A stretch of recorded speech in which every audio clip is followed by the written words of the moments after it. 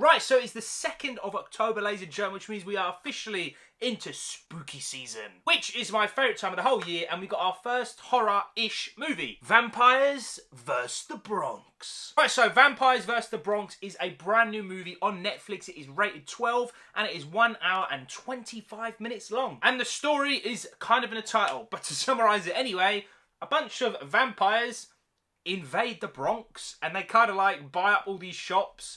It's not a war zone or nothing like that. They're just buying up shops, and a group of 3 teenagers must foil their plans and stop and kill all the vampires. Now, this is pretty much a kiddie movie. There's no gore whatsoever, so I've just thrown that out there now. It is rated 12 for a reason. In fact, it's actually marked as a comedy horror. I'll talk more about the comedy and the horror in a little bit. As for the story, the best way I can describe it, and it's no disrespect to anyone who worked on this movie, it's like a bad version of Attack the Block. If you've seen Attack the Block with John Boyega, which is basically in the UK, in London to be exact, a bunch of aliens invade in the middle of the night, and a bunch of teenagers must stop them. But that movie, it felt self-isolated, taking place pretty much in one whole day, whereas this movie takes place in a bunch of days. There's a bunch of stuff I didn't like. This movie is not really good, if I'm being totally honest, so yeah, the story is like a bad version of Attack the Block with no gore, no nothing. Now, cast-wise, I personally didn't recognise anyone. The 3 main actors, the teenagers who are stopping the vampires, they were alright, man. Like, this is like a kiddie movie, man. Like, this isn't for me. When I'm talking about vampires, yo, I'm talking about True Blood. I'm talking about Blade, which there's actually a knockoff Blade thing in this movie towards the end. I ain't even going to say what it is. When you see it, you will know straight away. It had me laughing unintentionally. I was like, someone liked the Blade movies. Cast wise, they were fine. They done what they could with the script and what was given to them. I didn't hate anyone. They were fine. Now I'm going to talk about the horror and the comedy. Starting with the comedy, I think I laughed twice. I know I'm giving this movie such a bad time. Like, when I see a title, Vampires vs. the Bronx, I want a specific thing at that movie. It can be 12, it can be PG. Just be really funny. And it wasn't funny. I think I laughed twice.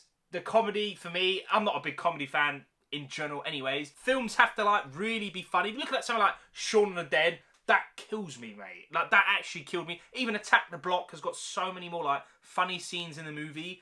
This felt kind of dead. Now, horror-wise, again, this is a kids' movie, or I'm sticking to it. This is a kids' movie because every time a vampire's about to bite someone's neck, the camera turns away. I don't think you see a drop of blood in this movie, so just bear that in mind. The horror side of stuff is a little bit dead. There's no, like, jump scares, nothing like that. I'm pretty certain, like, your kid can even watch this movie and be like, yeah, nah. As for the vampires themselves, I'll give it credit, to be totally fair. They're like your classic vampires, you know, the fangs. They don't go out in daylight. There's no stupid sparkles and all that rubbish. They sleep in coffins, and I like that stuff.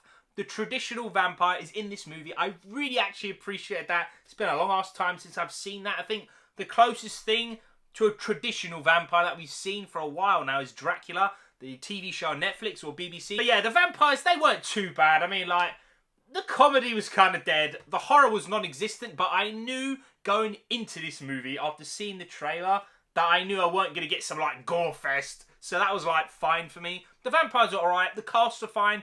The story, you've seen it 1,000 times. It plays out exactly how you think it will. The actual ending was hella dead. Like, it was dumb. Like, I was, like, nearly rolling my eyes level bad. It's an okay-ish movie for me. I know I'm being super, like, hard on it, but this should be something for me. Even if it's dumb humour, I think, like, if it had gore in it, if they pushed it to an R rating, you can keep the teenagers, whatever, man. But make it rated R, give us some gore and stuff. I think the film would have worked better. I don't know, man. It's marketed for kids or, like, younger people sort of thing. Not grandpa here, sitting in this chair. There's also other things I didn't like that modern movies keep doing. The editing is all over the place. There's so much music.